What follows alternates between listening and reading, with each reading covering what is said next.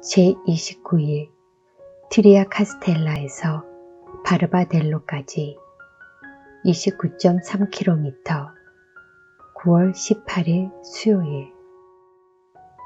오늘 출발하는 트리아 카스텔라에서 사리아까지는 두 갈래 길이 있다.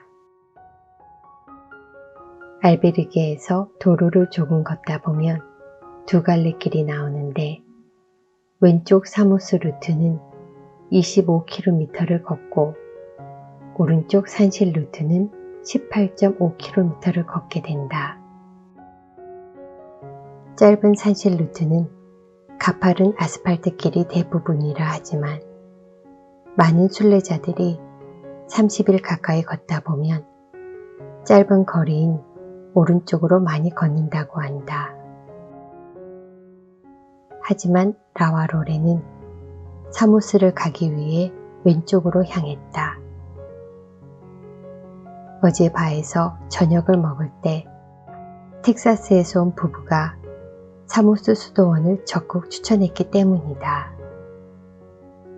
이번이 세 번째 순례길인 그들은 다시 아름다운 사모스 수도원에 갈 것이라 했다. 우리는 넓은 갈림길에서 주저없이 왼쪽 길로 향했다. 우리보다 앞서 걷는 순례자는 보이지 않는다. 그러나 한참 걷다 뒤를 돌아보니 같은 방향으로 걷는 순례자들이 제법 있다. 문득 저들도 사모스로 향하는 걸까 하는 물음이 생겼다. 앞에 순례자가 걷고 있으면 그들이 노란 화살표가 되어 주어 굳이 이정표를 보지 않기 때문이다. 규모가 엄청난 사모스 수도원에 도착했다. 문득 론세스바이에스 알베르게가 떠올랐다. 순례길에서 두 번째 밤을 지낸 론세스바이에스도 수도원이었는데 알베르게로 리모델링한 것이다. 사모스 수도원의 기원은 6세기까지 거슬러 올라가지만 현재 남아있는 수도원 건물은 대부분 16세기에서 18세기에 건축되었다고 한다. 사모스 수도원은 지금도 베네딕토회 수사님들이 수도 중이고 미사 때 수사님들이 부르는 그레고리안 성가가 아름답기로 유명하다. 수도원 내부를 둘러보는 가이드 투어가 있지만 시간이 맞지 않아 수도원에 있는 기념품을 파는 곳을 둘러보았다. 나이 드신 수사님이 혼자 순례자를 맞이하고 있다. 딸을 위해 작은 팔찌를 구입하고 수사님께 돈을 지불하고 거스름을 받는 것이 어찌 어색했다. 그리고 수사님이 스탬프를 찍어 주었는데 크기가 그동안 받은 스탬프 중에 가장 크다. 제대로 찍으려면 4칸을 다 할애해야 할 정도다. 찍힌 스탬프도 4칸으로 나누어져 각기 다른 메시지를 전달하는 디자인인데 분주한 수사님께 그 뜻을 물어보지는 못했다. 밖에서 보는 수도원의 인상은 차분하고 묵직하다. 가리비 문양의 울타리와 조각이 곳곳에 있는 건물 내부의 모습은 가늠하기 어렵지만 다음에 기회가 되면 이곳에서 묵으며 수사님들과 미사에 참여하고 싶다.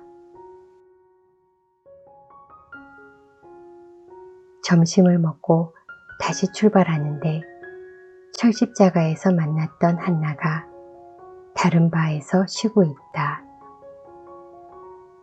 한나는 여전히 명랑하고 예의 바르다. 그런데 동료인 베키가 다리 근육통 때문에 결국 버스로 이동 중이라 한다.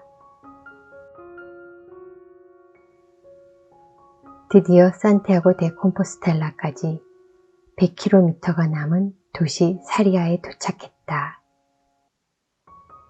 사리아에서부터 산티아고 대성당까지 걸으면 도보 순례자 증서를 주기 때문에 이곳에서 출발하는 순례자가 많다는 것을 알고 있었지만 갑자기 늘어난 순례자들의 모습에 놀랄 지경이다. 특히 단체 순례자들과 중고등학생의 모습이 두드러진다. 그들의 모습은 좀 더 말끔하고 가벼워 보인다. 오늘 머무는 알베르게는 도착했을 때 미리 저녁 식사 주문을 받았다. 저녁 식탁에는 10명 정도의 순례자들이 모였는데 다른 알베르게에서 머물고 있다는 일본인 마키를 오랜만에 다시 만났다. 주변에 바가 없어 저녁을 먹을 수 있는 이곳 알베르게로 마키와 처음 만나는 한국인 피터가 원정을 왔다. 저녁이 준비되는 동안 식탁에 둘러앉은 순례자들이 돌아가며 자기소개를 했다. 담배를 태우고 피어싱을 한 폴란드에서 온 30대 여자 순례자는 자신의 여친이 얼마 전에 암으로 세상을 떠났다고 한다. 그런데 그 전에 사귀던 여친도 역시 암으로 잃었다고 한다. 그래서 이곳으로 올 수밖에 없었다고 전하는 그녀의 목소리가 떨리고 몸짓이 점점 커진다.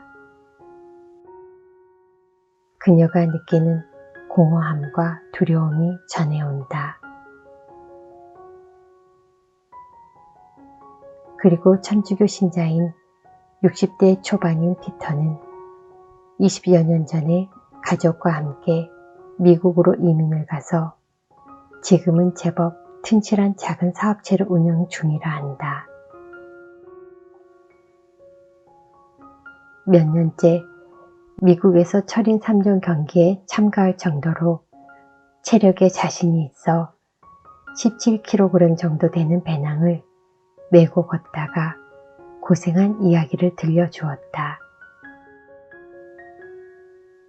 그리고 취미로 그린 호랑이를 비롯해 많은 그림을 휴대폰으로 보여주는데 배우지 않고 그린 그림이라니 놀라웠다. 말씨를 통해 그의 부지런함과 가장으로서의 자부심이 느껴진다. 식사가 끝나고 모두 자기 자리로 돌아간 뒤 나는 뒤뜰에서 한참을 앉아 있었다. 널따란 풀밭 위로 빨래가 바람에 나부끼고 그 너머로 서너 마리의 말이 한가로이 풀을 뜯고 있다. 이렇게 아름답고 고즈넉한 오후를 잊기란 어려울 것 같다. 이러한 풍광을 보면 바로 지금 이곳에서 가족과 공유하고 싶다. 함께 걸었다면 평소에도 몇 번씩 순례길의 풍경과 에피소드를 얘기했을 것이다. 이런 아쉬움이 있지만 나의 얘기를 통해 그리고 이 글을 통해 그때의 모습과 감정이 전달되기 바란다. 순례길을 걷는 동안 가족의 걱정은 생각만큼 하지 않았다. 그것은 가족에 대한 신뢰의 성격이어서 그럴 수 있었던 것 같다. 만약 가족 중 누군가 홀로 긴 여행을 떠난다면 걱정은 되겠지만 적극 지지하고 응원할 것이다. 그 여정 동안 경험하고 느끼며 그리고 만나게 될 사람들을 통해 삶의 지평에 어떤 변화가 있을지 상상할 수 있기 때문이다.